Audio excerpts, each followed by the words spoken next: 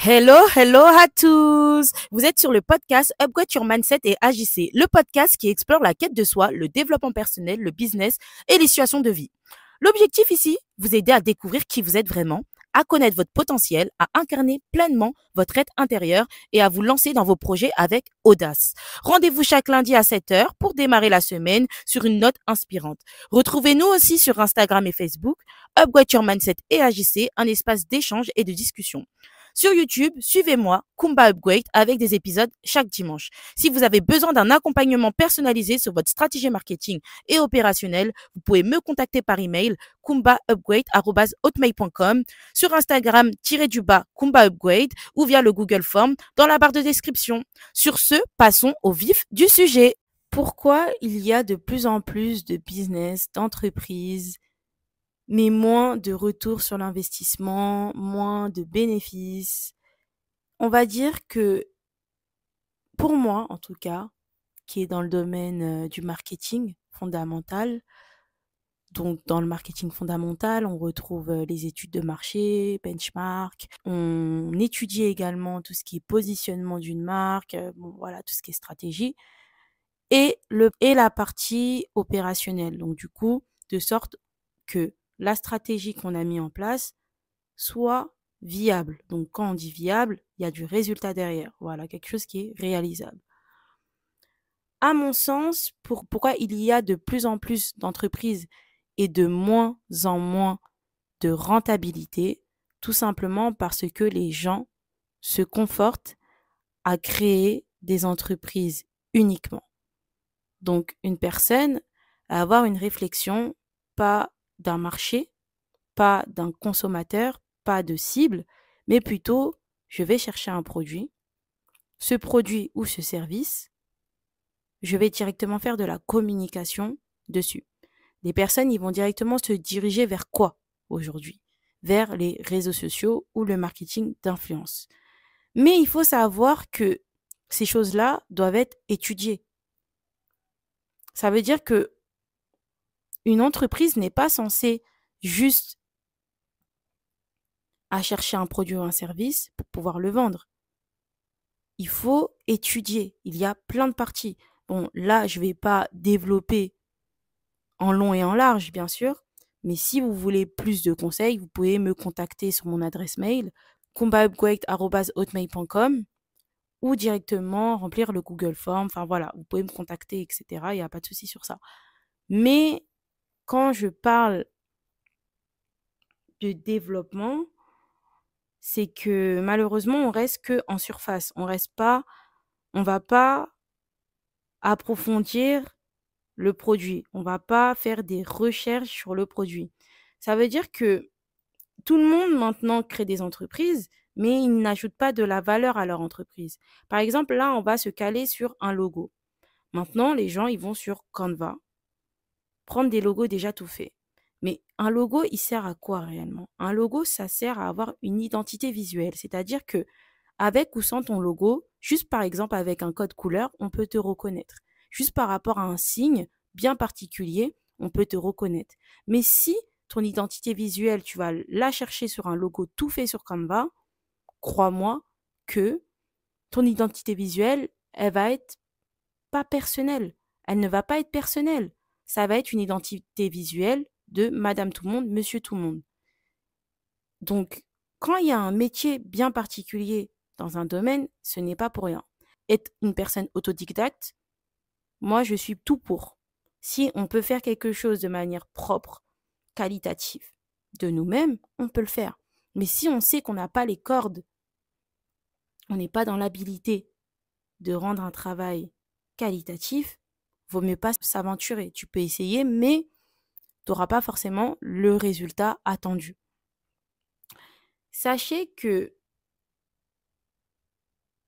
déjà, il y a de plus en plus d'entreprises. Donc, si déjà ton logo, il ressemble, par exemple, à une entreprise qui a fait un gros flop ou qui a arnaqué ou qui a fait des choses pas forcément très bien, le consommateur, il va pas voir ta marque en tant que telle. Il va voir un logo qui ressemble à une entreprise qui a fait des arnaques. Et à partir de là, ton identité visuelle, elle est biaisée. Elle est biaisée. Là, c'est un exemple parmi tant d'autres. Un logo sur Canva, une personne qui maîtrise Canva, elle peut te faire un logo super propre. Pour moi, Canva, c'est un très bon outil. Par exemple, tout ce qui est Photoshop, InDesign, Illustrator, ce sont des outils qui demandent une certaine formation. Tu peux aussi l'apprendre sur YouTube, hein. Tu peux te former sur YouTube, sur Photoshop, enfin voilà, sur le pack Adobe. Ça prend beaucoup plus de temps. Mais Canva, c'est un outil révolutionnaire. Quand tu es une personne qui est créative, tu peux faire des choses super. Tu peux même faire un logo juste incroyable.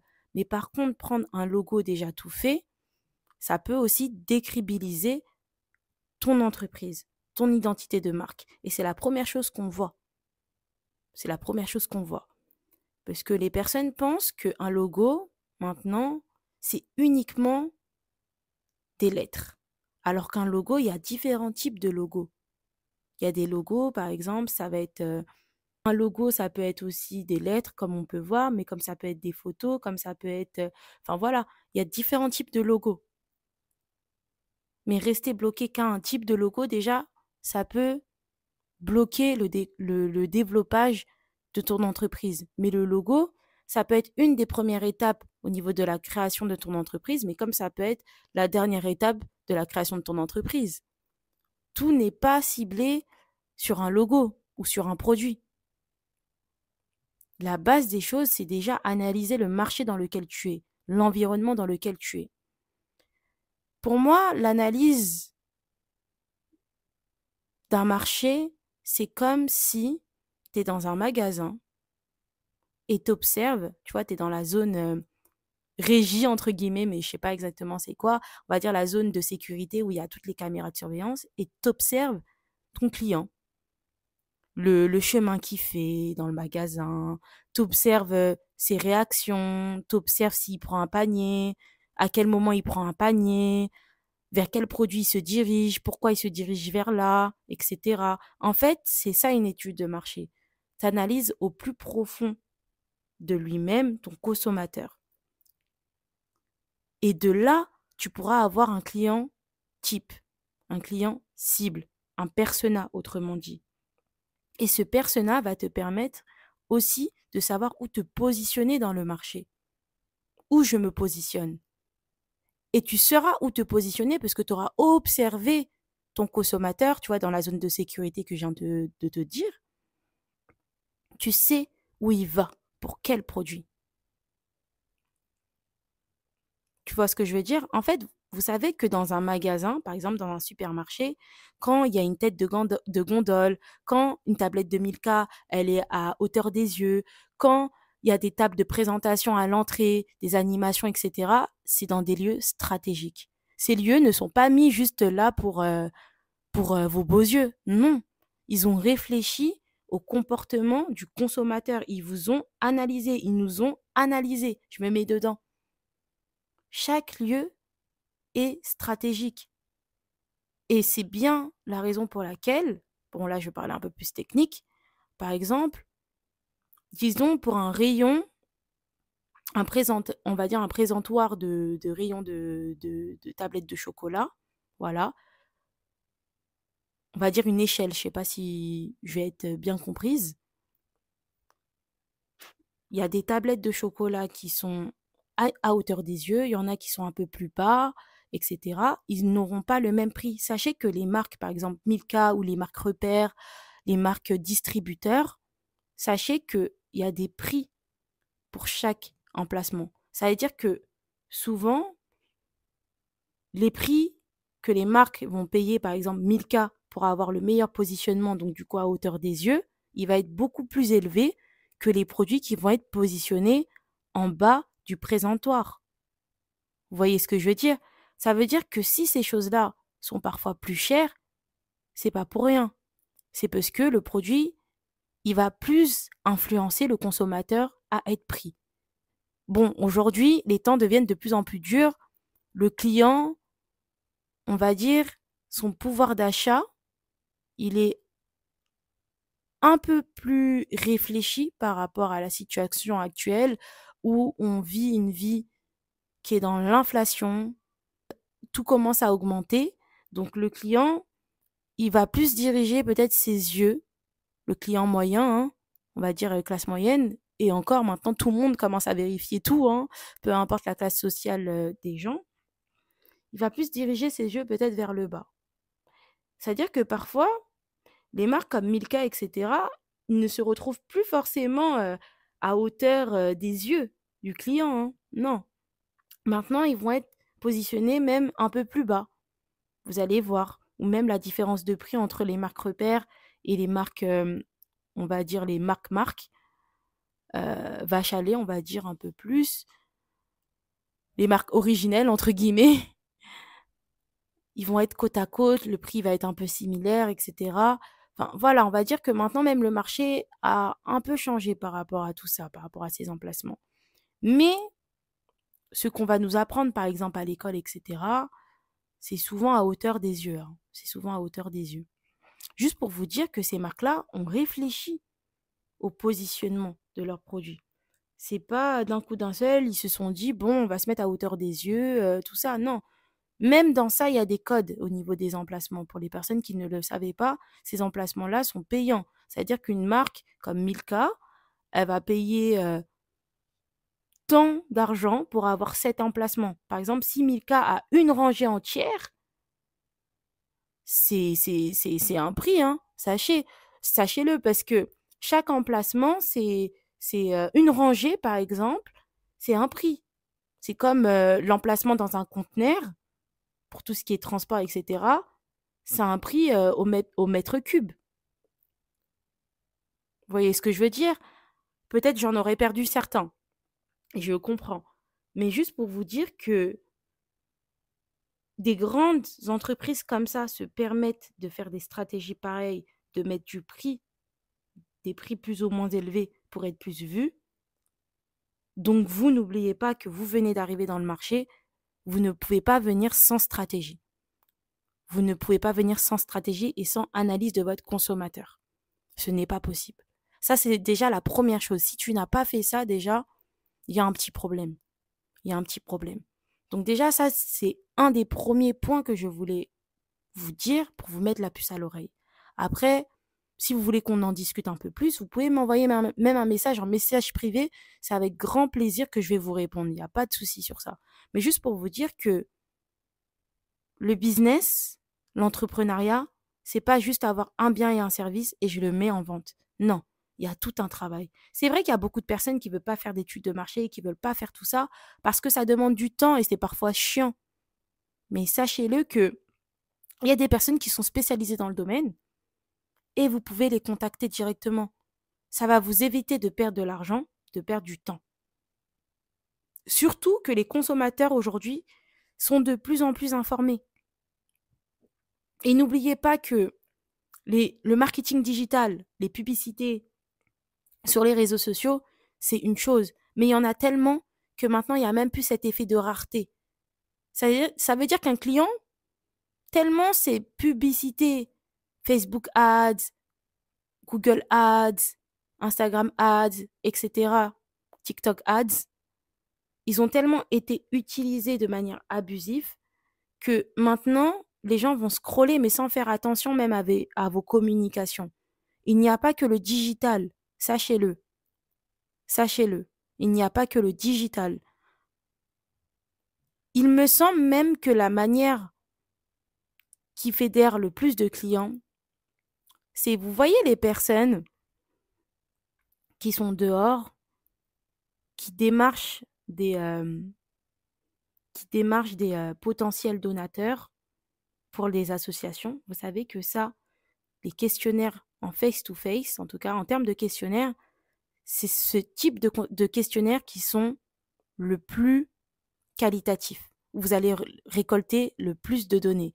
Parce qu'en plus de ça, vous allez être face à des personnes, donc du coup, ils vont vous donner des raisons bien particulières et beaucoup plus détaillées de pourquoi oui, pourquoi non à telle question.